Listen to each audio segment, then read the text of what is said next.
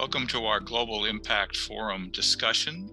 We're going to be talking about a very interesting subject tonight, frontiers in space travel and technology.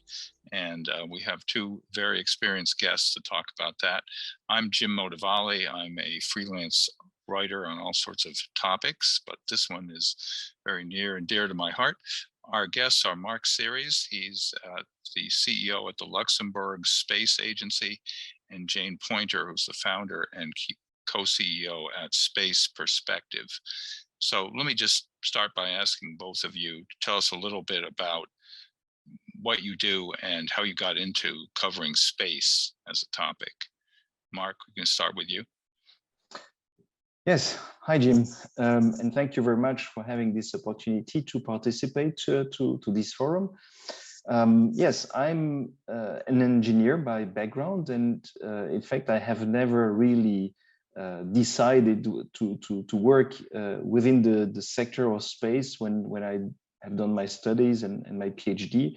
But it happened that, you know, by chance, I ended up now working in space several years, first in industry and then with the Ministry of Research in Luxembourg and the Ministry of the Economy. And last but not least, now I became recently the CEO of the Luxembourg Space Agency when it has been created in 2018. And in Luxembourg, the objective of the agency is to contribute to the diversification of the economy in Luxembourg. The history of Luxembourg is such that we have been depending on specific sectorial domains over the years.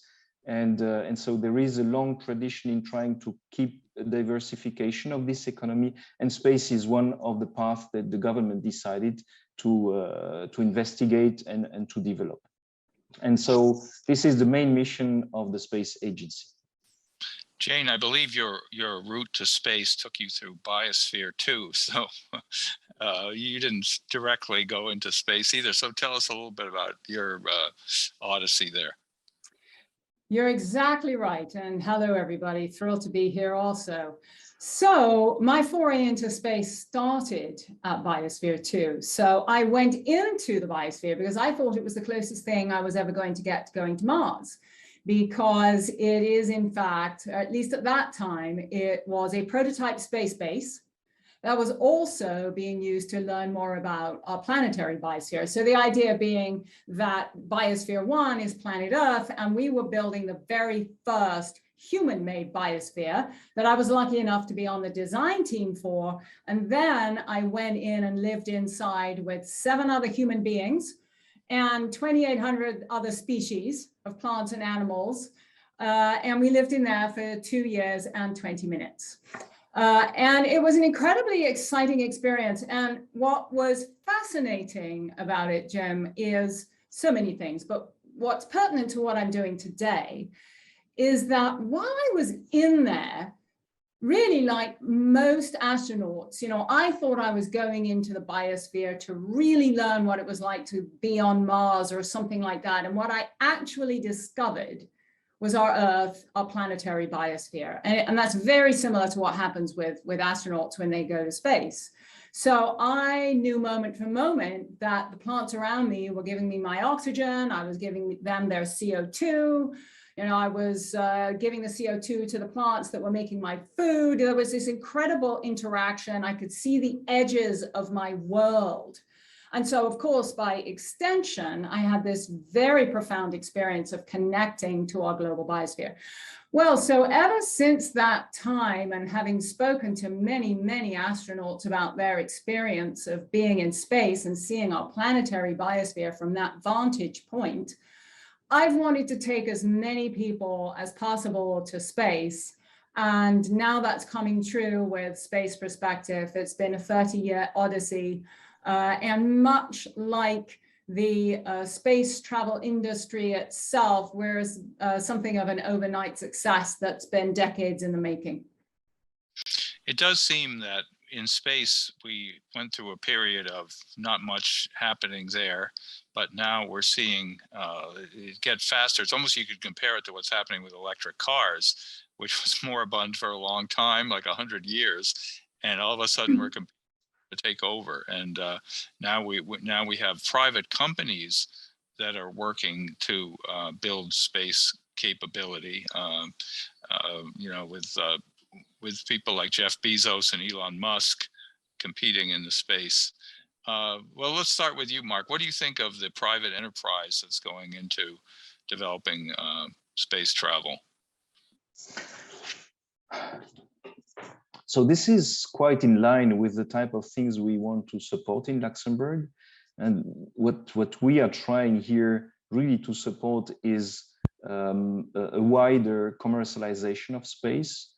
As I mentioned, I think it's important that space is also now really creating this added value for the for the economy in general, and so those first endeavors in you know the travel in space, of course, are first steps that are absolutely required to do that. But it's not the first, I would say, wave of commercialization. If you go back a few years or a few decades, this started already with the commercial satellite communications in the 80s, when there were the first private operators starting delivering TV to households, and we see sort of new wave today where new elements of the space sector are becoming more commercial, and we are strongly believing that this is a necessity for space.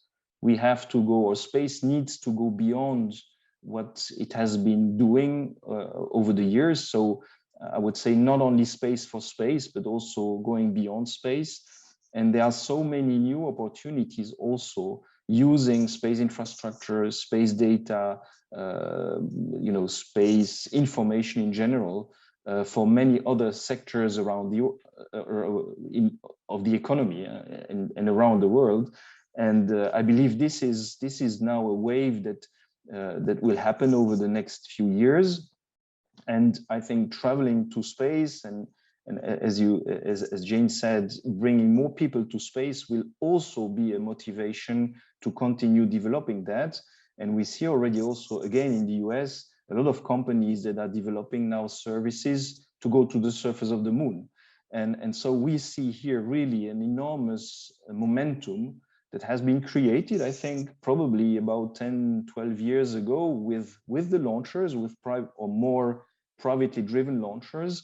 But this is somehow now also creating this dynamic and drawing many other elements or parts of this sector into this commercial behavior. I know the ability to send satellites into space was economically motivating for designing new rocket types, like with Elon Musk and SpaceX and the Falcon rocket. Let me just ask you before I go back to Jane, is part of your aim here to get like incubator companies, support companies for space locating in Luxembourg? Yes, absolutely. I think this is definitely what we look for, is entrepreneurs, you know, people who come with new ideas of developing a business in space, and we help them through different instruments that we have. It can be incubation depending on the maturity of the ideas, but it can be also, you know, really entering in innovation, support R&D, financing, for example, and as well finding capital investment. So we have also in Luxembourg initiated the creation of a dedicated investment fund for companies active in space. And so we really try to help various types of companies and various type of activities as well. So it's not limited to one certain domain, but we look really broadly into that with the aim really to push this commercial development of the sector.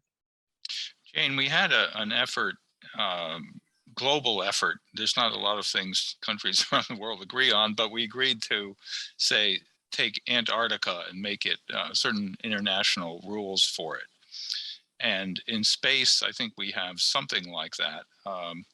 But when we have companies that primary effort is making profit for the company, like SpaceX or was it Blue Frontier? Is that is that the Bezos company? Blue Origin. Blue Origin. So is there aim?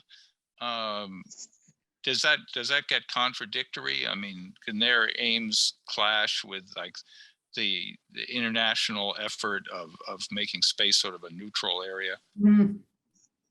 Yeah, so that's a really interesting and potentially gnarly topic, Jim, because it's not just companies, right? You've also got nation states that are operating in space. So it definitely is a commons, and we're already seeing, you know, things happening up there that is putting other countries, other companies, space-flight vehicles in jeopardy. Like the International Space Station has to move out of the way of debris every now and then because somebody's satellite blew up. So there's a lot to unpack there, but I think if we really focus a moment on space travel, what I think is really interesting is to think about where we are in the whole life cycle of space travel as an industry. So I like to look at sort of it in the context of history first. So if you think about the first 10 years of this century, there were fewer than 10 people, 10 private citizens flew to space, and they mostly went on government vehicles. Last year, we had several times that, and they mostly went on private company vehicles. This year, we're going to have even more, and the year after, when we're going to be flying, you're really going to start to see that knee in the curve where a lot of people are going to be flying to space. And so I think of it in terms of we're at this very early stage of this new industry, right? So think back to when aviation started. I don't think we had the imagination at that time to really think about how it was going to affect all our lives. You know, there was in the beginning, it was for wealthy people, it was for governments. You know, nobody at the time could imagine how many people would be flying around the world. And, you know, regulation, which is in part what you're referring to, tends to lag, but it does eventually catch up. We are, of course, regulated by the FAA's Office of Commercial Spaceflight. So there are already regulations in place that help manage what's going on as we develop space. And I think it's an incredibly exciting time. You know, this is about impact at this forum. And I think, you know, what's exciting for me about space travel from an impact point of view, like how does this affect us? Well, of course, Marc, you were talking about, you know, the many, many ways that satellites and other aspects of space impact every part of our lives practically. Space travel has already had an enormous impact on all our lives. So if you think about the most downloaded image in human history is that of our beautiful planet that was taken by a human being traveling in space. And it had this huge ripple effect around the planet as for the very first time, we were able to see our home in the context of space.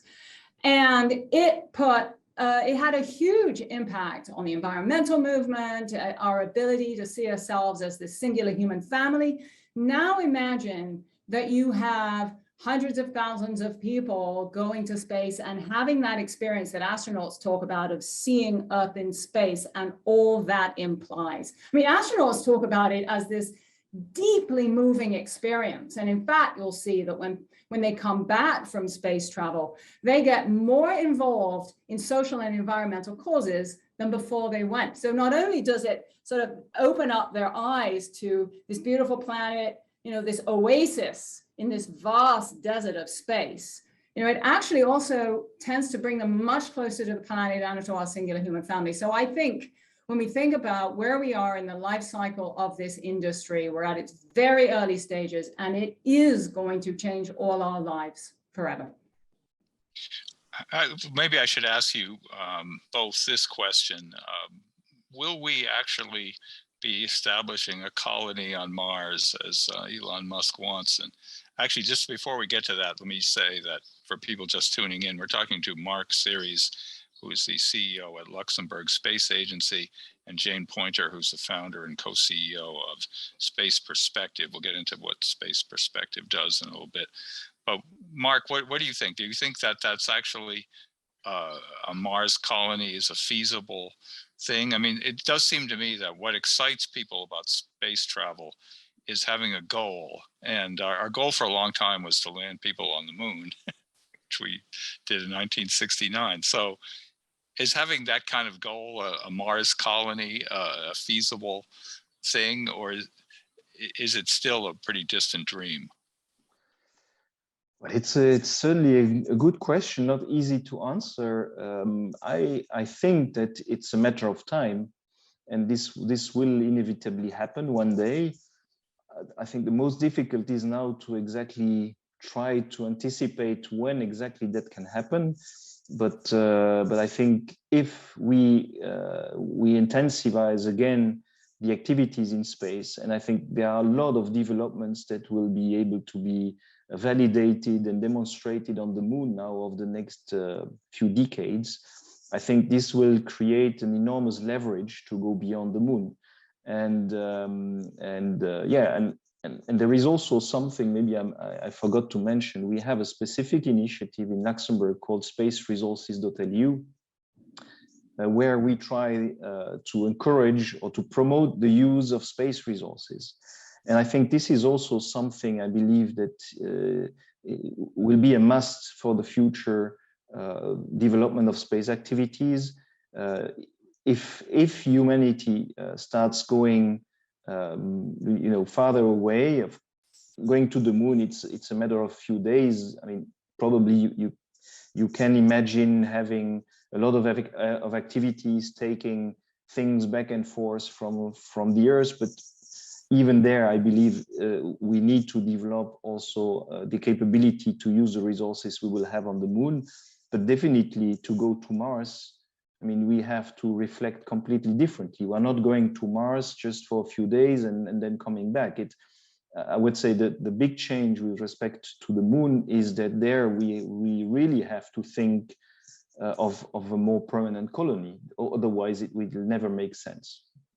But to come back on your question, it will be inevitable, I think, but I'm not sure that it will still be there when it will happen. You think it's going to happen sooner rather than later, Jane? Well, like Marc, I do think it's going to happen. However, I have been talking about us being a multi-planetary species since the early 80s. So I have to say, I thought we were going to be there by now. And, I honestly, back then, we all assumed it was going to be governments that would take us there. And what's really, I think, quite exciting is that now we are seeing private industry start talking about it.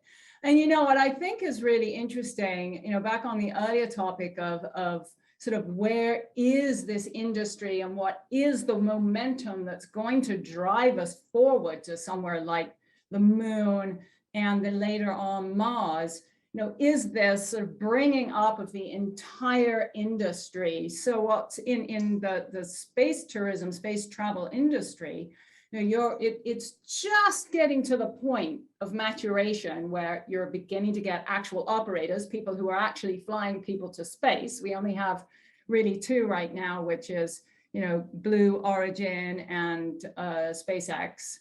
But, there's this whole ecosystem of companies that are beginning to build around this industry. So, a company that I started over 25 years ago to develop technologies to take us to the moon and Mars, is almost 30 years later doing exactly that.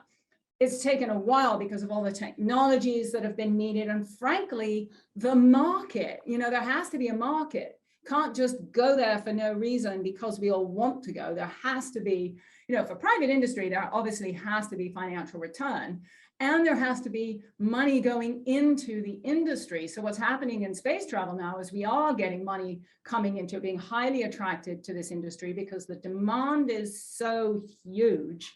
I mean, it's just gigantic, right? I mean, Cowan said that the research firm said that for suborbital flight alone, it's $500 billion total addressable market. So there's definitely this huge market for this suborbital space world. And then, of course, that is going to lift everything up, and all the technology developments that are occurring is going to then allow us to also go further as both the market, the financial markets, and the technology advances up out of our gravity well and further into space. Let's go back to the moon for a second. Marc, I believe Luxembourg was a signatory of the Artemis Accord, which very much focuses on going back to the moon in 2024 and setting up a manned lunar base there by 2030. That's really exciting. Can you talk about that, what the accord means? Yeah, absolutely. I think for us, with the initiative on space resources, having an access to the surface of the moon is extremely important, because this will be, the real playing field, if I may say, where it will be possible to experiment and to use these technologies and develop these technologies for the future. And there are not so many countries today that will go to the moon. And for us, US was sort of natural partner. And so we were very motivated, and we tried to be a sort of constructive first partner also to the Artemis program, and it was then also natural for us to be a signatory of these accords. I think we are very proud, as Luxembourg, being a quite small country, to be part of this group of countries, and we really are investigating now real missions to the surface of the moon, and hopefully this will happen very soon as well. This idea of a manned lunar base by 2030, would this be something that could basically take over from the International Space Station, used by many countries, and people would be sent for a relatively short duration, or it could be a longer duration, to be part of an international force there? Is that how you envision that? I think that this will be the start. As Jane mentioned, very often it starts with governmental missions, and this is here as well the role of a NASA, for example, to put somehow the first steps of this endeavor. But you will see, once this will become more frequent, and there is an economic aspect as well related to it, this will diversify enormously. I fully agree with what you said, Jane. I think there is a need to have the creation of an economic ecosystem around to make it more sustainable. Otherwise, you just fly there for a certain, maybe very good reason, but it's not creating something that's really sustainable. And I think you need these first steps, maybe that have a more scientific motivation, but at a certain point in time, you have to create this ecosystem around that really generates something that is sustainable, where you have people that work, being it, I don't know, maybe then private astronauts that will have some work to do, but many other activities around. And then, of course, the government will probably have do a step more than the private. I think this is what you see. I take out maybe also the example of ISS, as you mentioned. We can certainly use this example also for cooperation activities on the moon in the future. But today you will see that the private sector will take over these type of activities. And there you see how this is progressing. First, sort of governments take the risks and do the necessary or push the necessary developments to do it. And then at a certain time, the private industry also can take over. And so I certainly believe that there will be a station on the moon. It will probably first driven by some sort of international cooperation where the governments will play let's say, the leading role, but this will also then evolve after that, and creating then the conditions to develop a real ecosystem around. Again, Antarctica could be a useful guide there. Jane, the same question to you. What sort of form do you think our manned mission to Mars, just staying with the moon for a second, and what do you think about the issue of exploiting mineral resources on both the moon and Mars? I mean, there is a commercial aspect to this. So I am pretty focused on getting people there as an experience at the moment, Jim. Right. So I'm really focused as space perspective on developing space flight as a human experience. I think when most of us think of going to space, we think of industry, we think of the right stuff, we think of high G's and spacesuits and we're really trying to. The Martian. Yeah, right, exactly. A lot of Americans inspired by the Martian. Yeah, no, that's exactly right. And I kind of experienced that in Biosphere too, right? That was actually sort of akin to the experience we had. So what we want to do is change how we think about the human experience of space. So in our company at Space Perspective, we're putting the human first, the whole experience first. Thinking of the question of whether it would actually be, just in terms of a human experience, as you were talking, wouldn't it be better if you could actually go to a moon base and spend a few days there? You know, that's better than just flying into space and coming home, right?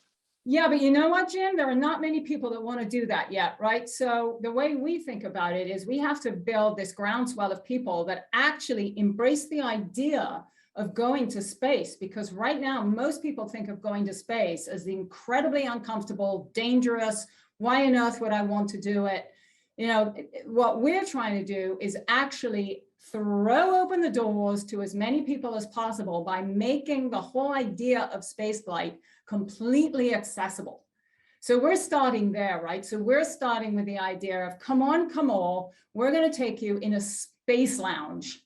It's going to be this very comfortable way of getting to space. We're going to have a bar on board. We're going to have a lavatory on board. We're going to have Wi-Fi. You're going to be able to take your family. You're going to have these amazing windows, so you get this incredible view. So you can have that quintessential astronaut experience of seeing our beautiful world in space, but doing so in complete safety and total comfort, and also environmentally responsible. Of course, we hope in the future that we will be also developing this experience for people in other locations, such as the moon. Completely different experience. And in that, I'm afraid you are going to have to get in a rocket to get to the moon. Well, so it is a very different experience for sure.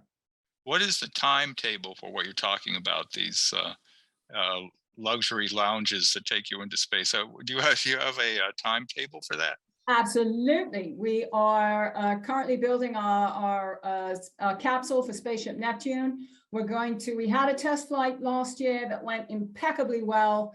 We're going to kickstart test flights again later this year, around the end of the year. We will then do a series of uncrewed flights.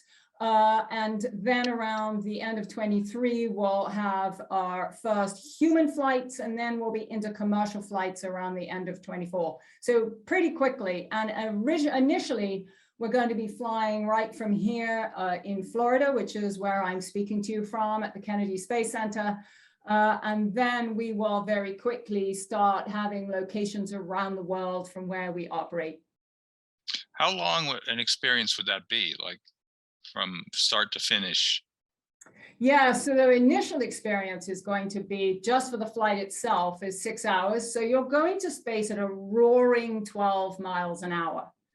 That's one way that this is so gentle, right? So rather than blasting up there with rockets, you're going very gently and smoothly. So it takes you about 2 hours to get up to space, and then you're floating on top of the atmosphere. We'll keep you up there for a couple of hours and then bring you back down, and it takes another 2 hours to get down to land. And that's our initial offering. And then we'll be having a whole other series of things that we develop that allow you to stay up overnight, and whole other things as well. And of course, all the experiences that go around it. And I think, at least in this country, you know, a lot of people are really interested to know about the environmental impact of doing something like this, especially if we're taking people up to really experience our planet as Spaceship Earth with the singular human family. You know, can we do it in a way that is environmentally appropriate? And so I'm extremely happy that Spaceship Neptune is also essentially a zero emission spaceship. And we operate the company as a carbon neutral company. Wow. Do you have a target price for this yet? Yeah, absolutely. So we are selling tickets at around $125,000 each. And that is by comparison. So if you wanted to go to the International Space Station, for example, that will cost you north of 50 million. And then if you wanted to go on, say, there isn't a published price for Blue Origin, which is just over a 10-minute flight. But, you know, it's something around the $1 million range.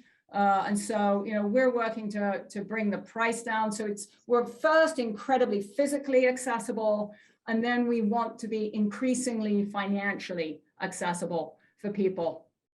You've brought it down to the cost of a Ferrari, so you could decide, do I want to be or do I want to go into space? I would rather go into space than have a Ferrari. Right? So, yes, yeah. I'm with you. Let's go, Jim. Let's go. Marc, let me ask you this. I entirely see the possibility of developing, you might even call them satellite businesses that are supporting space initiatives in a country like Luxembourg. But like, what kind of companies are we talking about that could be suppliers to the space industry? Well, it's very broad. Today, the ecosystem or the value chain is really extremely large. You even have companies that are not necessarily, you know, space companies that can deliver.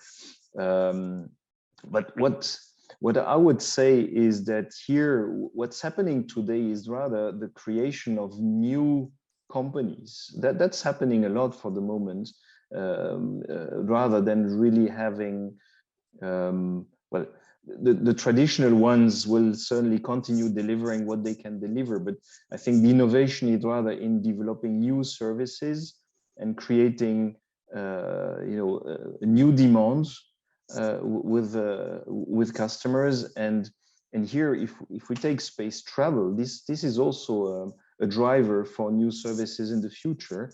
If you try to stay also longer, you know, in orbit, for example, maybe you will have to somehow refuel at a certain moment, or I don't know, maybe other things that we don't have today yet. And I think another aspect that may be a strong driver also in the future is the ability to manufacture in space. And so all these new sort of companies or new services that will be developed in the future will even broaden the current value chain that we have, because we will need more companies and more capabilities to develop all these services. I was thinking of an area where your two worlds could overlap, which is in Luxembourg, you develop products that can be used in a weightless environment. And because that's actually a motivating factor to get people into space, isn't it, to experience that, Jane?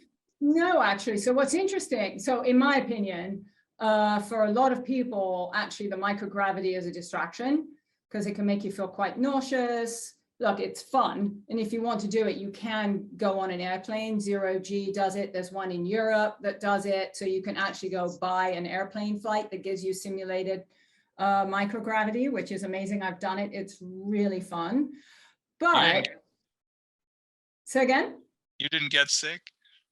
No, I did not. But there were people on the flight who did.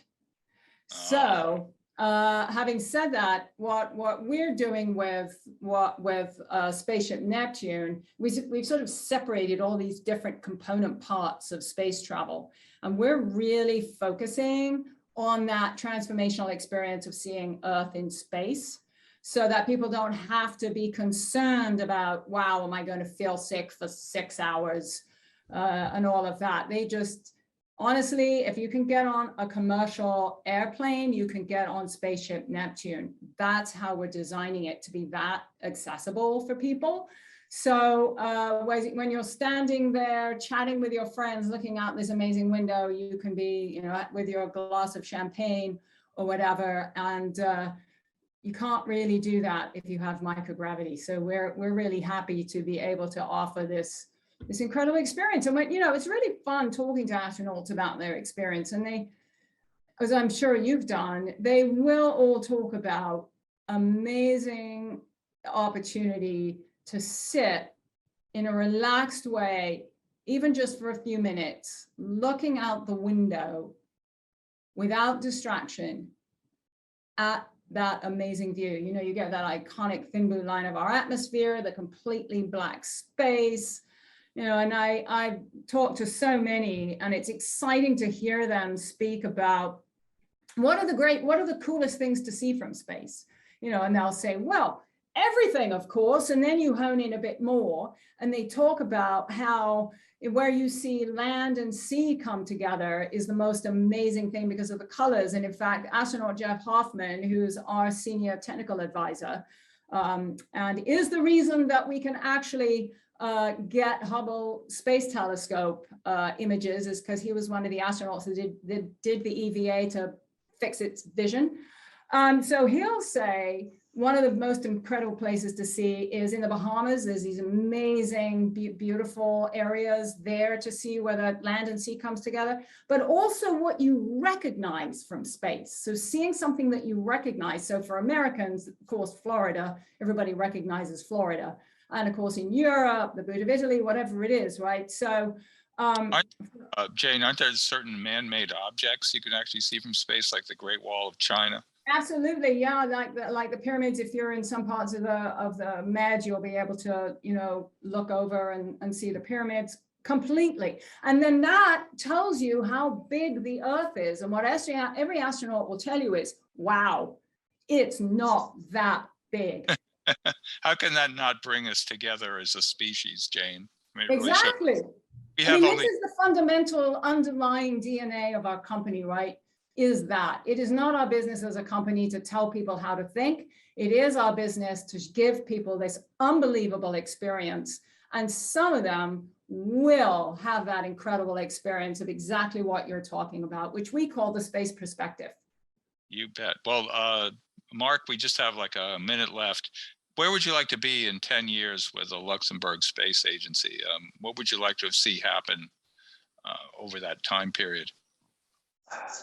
So our goal is definitely to have more commercial companies in Luxembourg. So this is a very down-to-earth thing, but I hope that we will also be, Luxembourg, or let's say an entity or company in Luxembourg, will have been on the moon. I think this will be an enormous achievement for the country, I believe, and I hope that this will also happen now within the next 10 years. Great. Well, I want to thank you too. That was a fascinating discussion. I'm going to go out and read some more science fiction. I recommend, by the way, there's a movie called Rocket XM, which was made in the 50s on YouTube, and it imagines landing on the moon from the perspective of 1953, and they have that same experience of seeing the Earth out of the window, and they imagined it pretty well. My guest, Marc Series, CEO at Luxembourg Space Agency, and Jane Poynter is the founder, co-CEO at Space Perspective. Thank you both very much, and we'll return you to our hosts at Global Impact Forum.